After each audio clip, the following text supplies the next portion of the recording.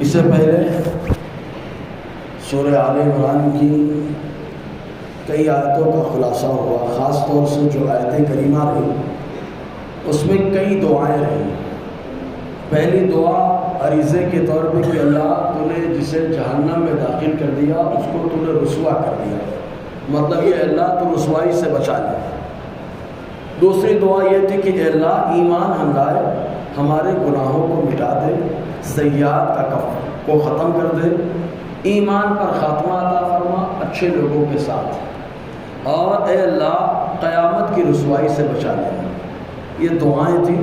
آگے کی جو آیت کریمہ ہے، اس آیت کریمہ میں اللہ تبارک و تعالیٰ نے انہی دعا کی قبولیت کا اعلان فرمایا ہے کہ جو دعا کی گئی ہیں ان دعاؤں کو اللہ تعالیٰ نے قبول فرمایا ہے۔ لیکن اس سے پہلے آیت کریمہ کے نزول کا بیک گراؤنڈ کیا بنے گا؟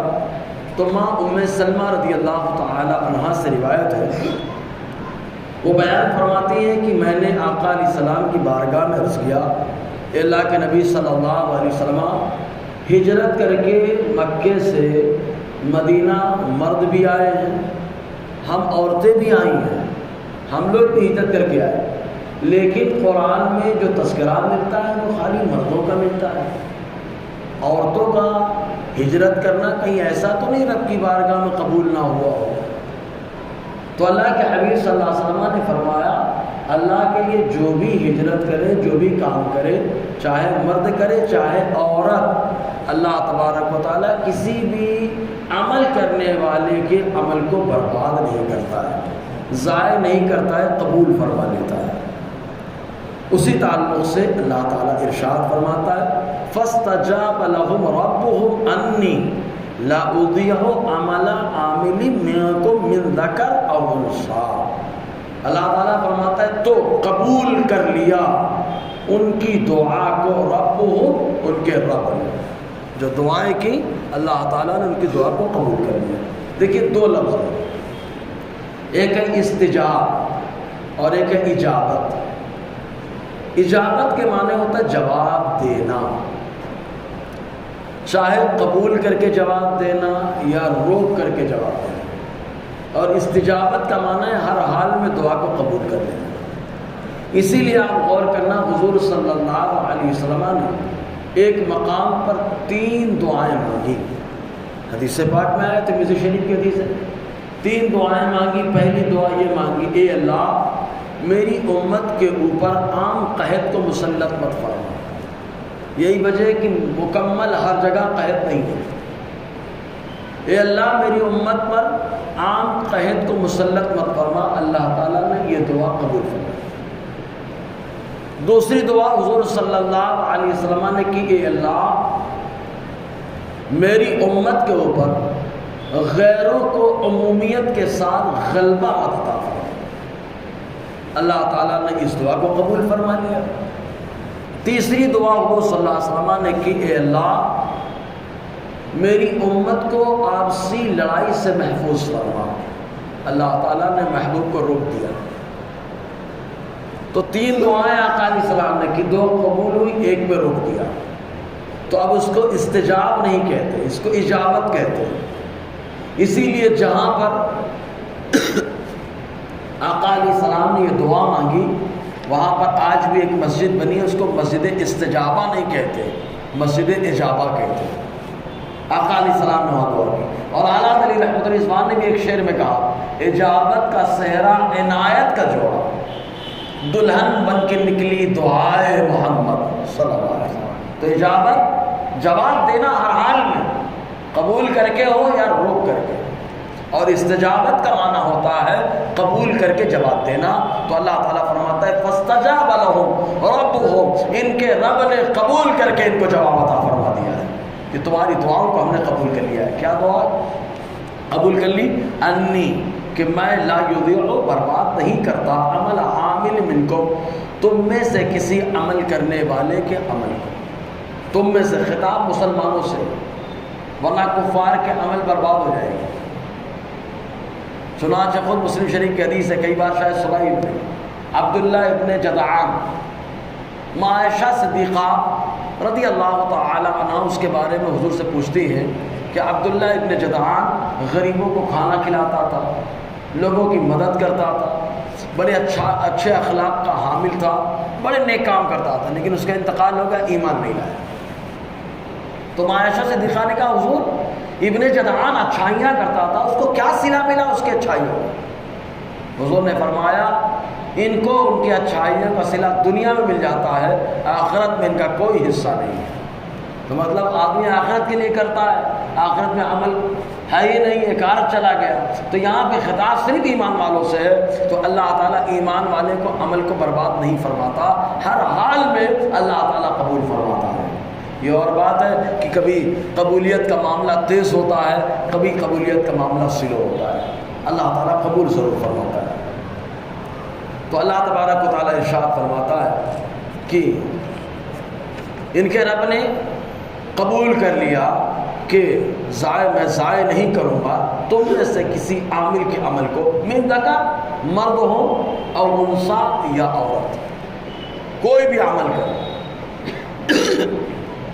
مرد عمل کرے تو اللہ تعالیٰ مرد کے عمل کو قبول فرماتا ہے، عورت عمل کرے تو عورت کے عمل کو۔ کبھی کبھی تو ایسا ہوتا ہے کہ خاتون ایسا عمل کر جاتی ہے جو عمل مرد نہیں کر پاتا ہے، اللہ تبارک و تعالیٰ ان کو مقبولیت عطا فرما دیتا ہے۔ مثال کے طور پر جب معراج سے حضور واپس آئے تو دو لوگوں کے محل کا ذکر کیا ہے حضور نے۔ ایک محل حضرت عمر کا محل، آقا علیہ السلام نے فرمایا عمر تمہارا محل دیکھ کر کے آیا؟ کہا سرکار داخل ہوئے، کہا تمہاری غیرت کا خیال کیا۔ تو حضرت عمر دھاڑے مار کے رونے لگے، سرکار میرا گھر آپ کا گھر ہے۔ دوسرا محل حضرت ام سلیم کا، حضرت انس بن مالک رضی اللہ تعالی عنہ کی والدہ کا۔ تو کبھی کبھی خدمت کی وجہ سے عورتیں بھی بہت آگے نکل جاتی ہیں۔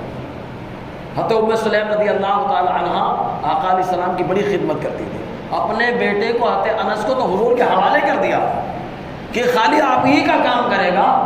10 سال حضرت انس بن مالک رضی اللہ تعالی عنہ نے حضور کی خدمت کی ہے۔ اللہ تبارک و تعالیٰ حضرت رابعہ بصریہ رحمۃ اللہ علیہ خانہ کعبہ ولیوں کی زیارت کو جاتا ہے، خانہ کعبہ ولیوں کی زیارت کو جاتا ہے۔ اس پر فتاوی عالمگیری میں نے سب ڈائری میں لکھ رکھا ہے، فتاوی عالمگیری میں ایک جزیہ ہے، فتاوی شامی میں ہے، کنز الدقائق میں ہے، اور کئی کتابوں کے حوالے سے میں نے جمع کر رکھا ہے کہ اگر خانہ کعبہ کی جو عمارت ہے یہ عمارت ولیوں کی زیارت کو چلی جائے تو کعبہ کون ہوگا، قبلہ کون ہوگا؟ تو فقہاء نے لکھا اگر عمارت ولیوں کی زیارت کو چلی جائے تب وہ فضا، وہ ہوا جو وہاں پر موجود ہے وہ قبلہ ہے، اس کی طرف رخ کر کے نماز پڑھے گی۔ تو فقہاء کا یہ لکھنا کہ خانہ کعبہ کی عمارت ولی کی زیارت کو چلی جائے تو فضا قبلہ ہے، اس بات کی واضح دلیل ہے کہ فقہاء مانتے ہیں کہ خانہ کعبہ ولیوں کی زیارت کو جاتا ہے۔ تبھی تو لکھا ولیوں کی زیارت کو جاتا ہے خانہ کعبہ، جب جاتا ہے تو ان میں سے حضرت رابعہ بصریہ رحمۃ اللہ علیہ کی زیارت کو بھی آیا ہے۔ اور خود اعلیٰ فرماتے سارے اختاب جہاں کرتے ہیں کعبے کا طواف، کعبہ کرتا ہے طواف درے والا تیرا، ہے نا؟ تو جاتا ہے۔ تو اللہ تبارک و تعالیٰ سب کے عمل کو قبول فرماتا ہے، مرد ہو چاہے عورت، اور کبھی کبھی عورتوں کو اللہ بلندی عطا فرماتا ہے، جیسے رابعہ بصریہ رحمۃ اللہ علیہ اور بہت ساری خواتین ہیں۔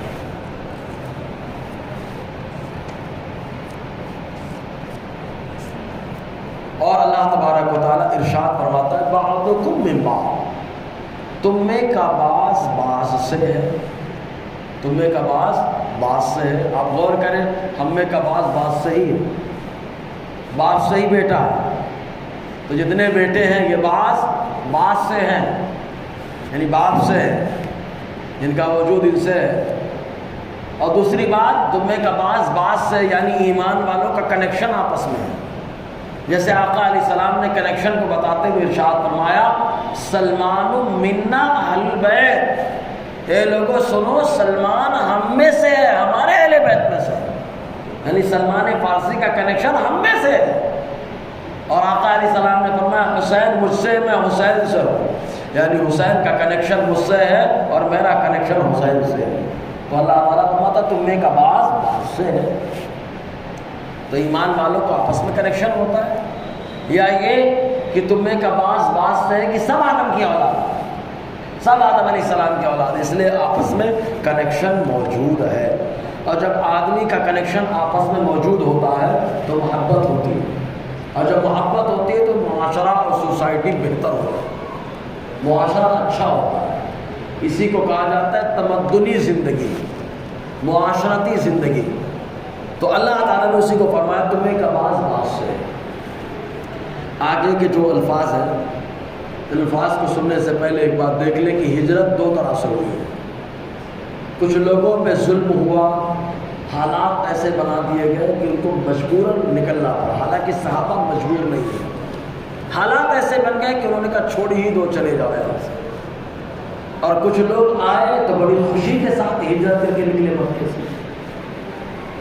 حضرت بلال رضی اللہ تعالیٰ عنہ آئے تو ان کے لیے سچویشن ایسی بنائی گئی، کنڈیشن ایسی تیار کر دی گئی جس کی وجہ سے آپ کو ہجرت کر کے مدینہ آنا پڑا. حضرت سمیہ کو شہید کر دیا گیا، ان کے شوہر کو شہید کیا گیا، ان کے بیٹے حضرت عمار آئے تو سچویشن اور کنڈیشن ایسی تھی کہ ان کو آنا پڑا. اور ایسے کئی لوگ ہیں ان کو حالات ایسے بنا دیے تھے مکہ والوں نے کہ ان کو بظاہر مجبور ہے، بظاہر، حقیقت میں نہیں، ان کو مدینہ آنا پڑا. اور کچھ لوگ تو ایسے خوش و خرم آ رہے ہیں. کوئی مشورہ کر رہا ہے مصطفیٰ سے سرکار حبشہ چلے جائیں، حضور نے فرمایا چلے جاؤ، وہاں کا بادشاہ انصاف کرنے والا ہے. تو خوشی خوشی حبشہ پہنچے. اور کوئی ہجرت کر کے مدینہ آ رہا ہے، خوشی خوشی حضرت عمر طواف کر رہے ہیں، سارے انتظام کے ساتھ آ رہے ہیں. حضرت ابوبکر نے سرکار سے کہا سرکار میں ہجرت کر کے مدینہ جانا چاہتا ہوں. حضور نے فرمایا رکو. تو جب سرکار نے کہا رکو تو ابوبکر نے کہا کیا میرے بارے میں اللہ تعالیٰ پیغام بھیجے گا؟ حضور مسکرائے اور اس کے بعد ابوبکر کو روک دیا. کئی دنوں کے بعد آقا دوپہر میں تشریف لائے، فرمایا ابوبکر باہر آؤ، سامان باہر لاؤ. جیسے ہی نکلے کیا کہا کیا اللہ تعالیٰ نے مجھے آپ کے ساتھ ہجرت کرنے کا حکم عطا فرما دیا؟ حضور نے فرمایا ہاں، جبرائیل نے آ کر بھی بتایا کہ میرے ساتھ ہجرت کے سفر میں میرا ابوبکر رہے گا. تو کچھ لوگ ایسے بھی نکلے. تو ہجرت کی دو حالتیں رہی، ایک دم حالات اچھے رہے، خوشحال رہے تو بھی ہجرت کر کے گئے. دوسری صورت کیا ہے، ایسے حالات پیدا کیے گئے کہ تکلیف کا باعث وہاں کا رہنا تھا، اس لیے جو ہے مدینہ آ گئے. تو اللہ تعالیٰ اسی کا ذکر فرماتا ہے فالذین ہاجروا، تو وہ لوگ جنہوں نے ہجرت کی. ہجرت اللہ اس کے رسول کے لیے گھر بار چھوڑنا یہ بہت مشکل کام ہوتا ہے. آدمی گھر بار چھوڑ کے جاتا ہے لیکن پوری زندگی گھر کی طرف دھیان لگا رہتا ہے. اللہ کے لیے جب بندہ چھوڑتا ہے تو اللہ تعالیٰ دوسری جگہ کو بھی اللہ تعالیٰ اس کے لیے ایسے ہی بنا دیتا ہے جیسے اس کے مقامی شہر کی محبت اس کے دل میں ہوتی ہے تو اس شہر کی محبت بھی اللہ تعالیٰ ویسے اس کے دل میں بٹھا دیتا ہے. جیسے صحابہ کرام خالی ایسے نہیں ہے کہ مکے سے ہجرت کر کے مدینہ آ گئے یا مکے سے ہجرت کر کے حبشہ چلے گئے.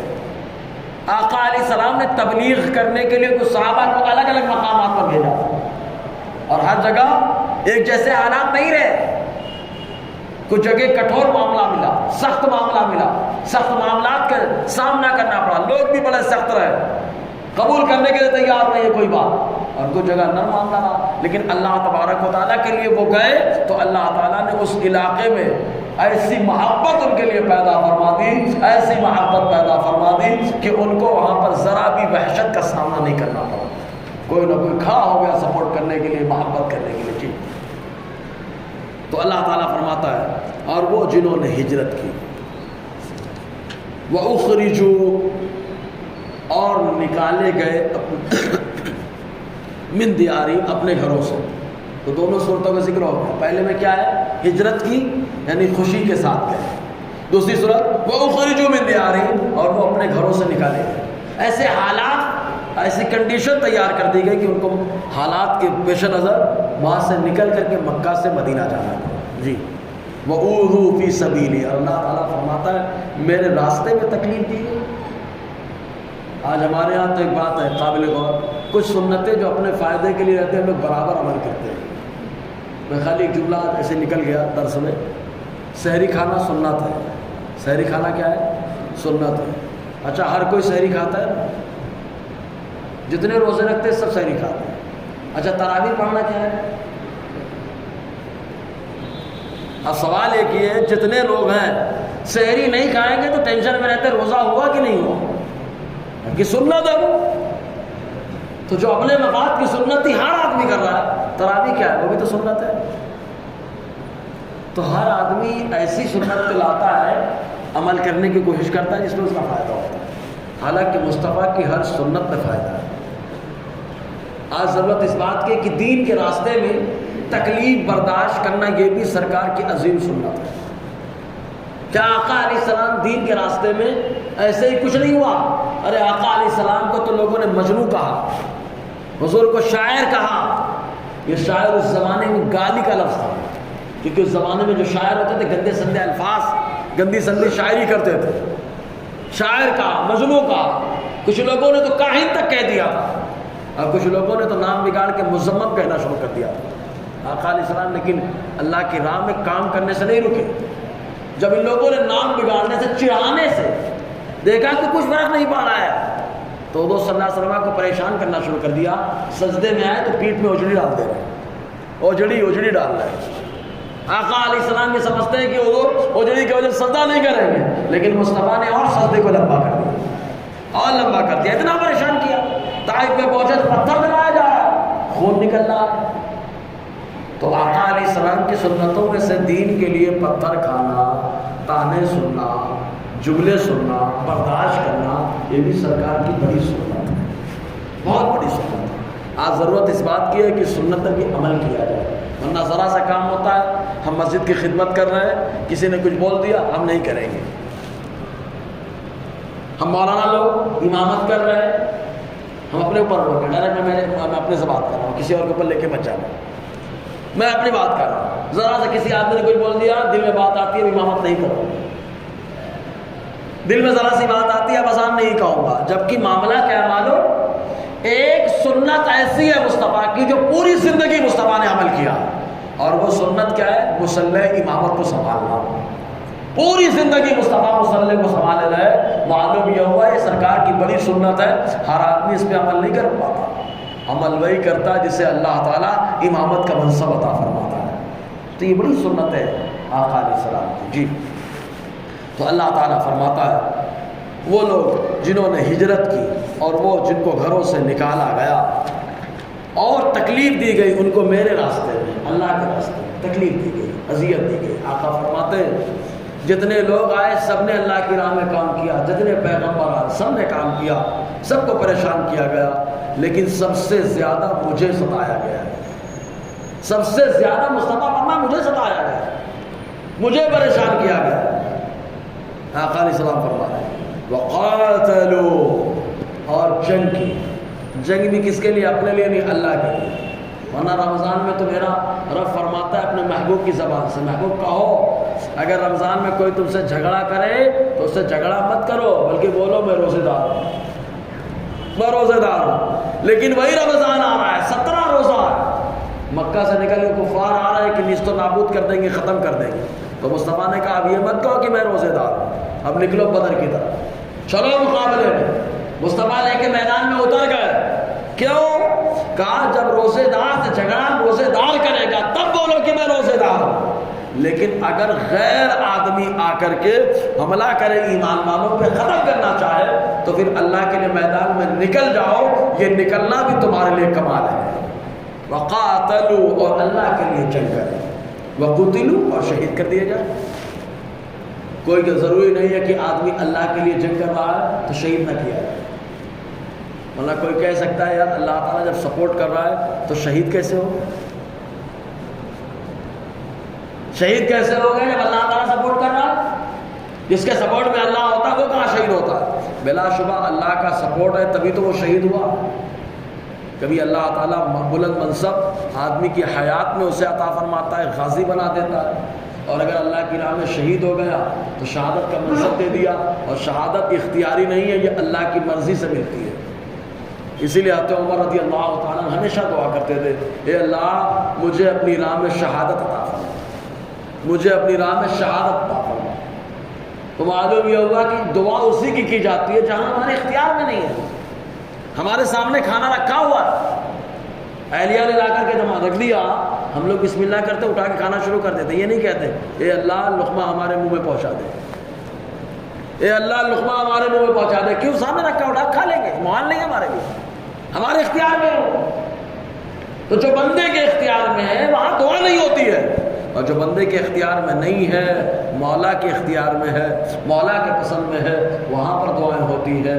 تو شہادت بندے کے اختیار میں نہیں ہے. اگر شہادت کے چکر میں جائے گا تو خودکشی کا معاملہ ہو جائے گا، لیکن اللہ تعالیٰ پسند کر لے گا تب شہادت کا منصب عطا فرماتا ہے. اسی لیے حضرت عمر دعا کرے، اے اللہ مجھے اپنی راہ میں شہادت عطا فرما. جنگ کریں وقتلوا، اور شہید کر دیے جائیں.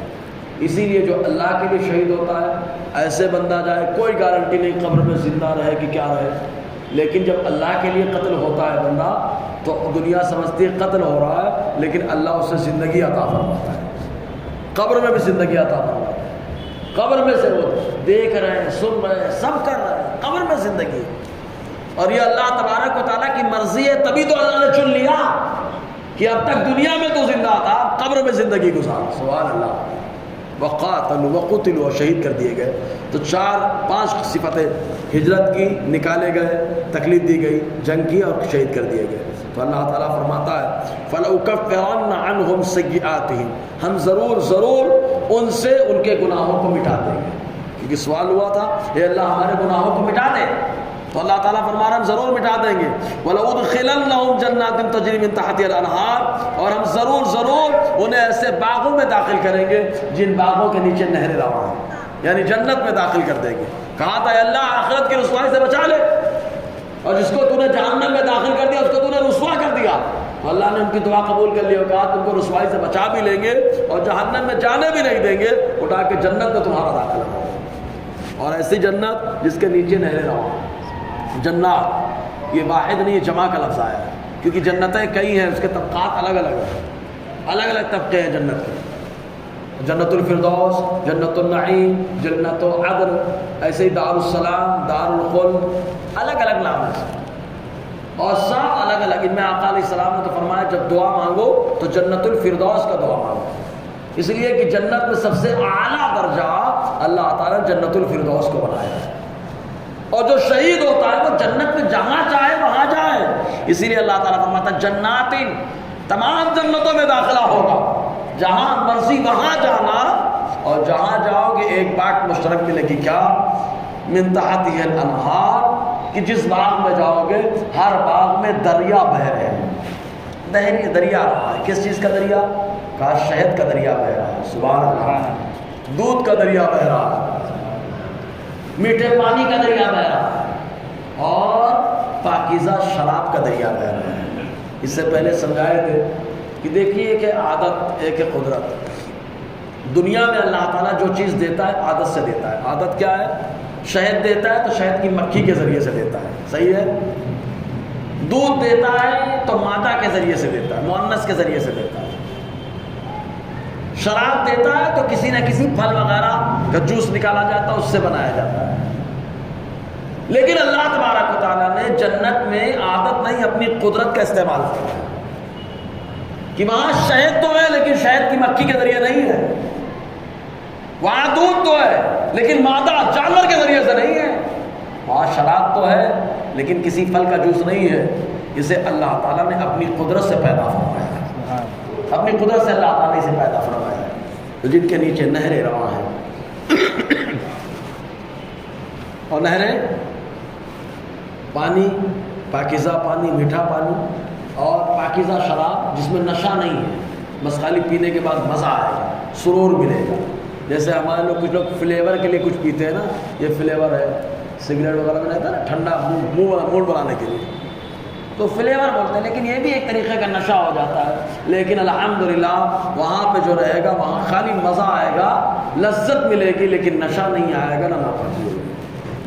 ثواب من عند اللہ، ثواب ہے اللہ کے پاس سے، بدلہ ہے اللہ کے پاس سے. واللہ عنده حسن الثواب، اور اللہ کی بارگاہ میں بہترین ثواب اور بہترین بدلہ ہے. ثواب یہ نیکیوں کا بدلہ ہے، اور ہر نیکی کا نہیں. جس نیکی کو اللہ تعالیٰ قبول کر لے، جس نیکی کو اللہ تعالیٰ قبول کر لے، اس سے قبول کرنے میں جو بدلہ ملتا ہے اس بدلے کا نام ثواب ہے، اور ثواب صرف اللہ تبارک و تعالیٰ دیتا ہے، کیونکہ عمل قبول بھی صرف اللہ تعالیٰ ہی فرماتا ہے۔ تو اللہ تعالیٰ کی بارگاہ سے یہ ثواب ہے، اور اللہ تعالیٰ کی بارگاہ میں بہترین بدلہ ہے انشاءاللہ، اور آگے سلسلہ رہے گا۔ اللہ تعالیٰ ہم سب کو فیضان قرآن، برکات قرآن سے مالا مال فرمائے۔ اس سے پہلے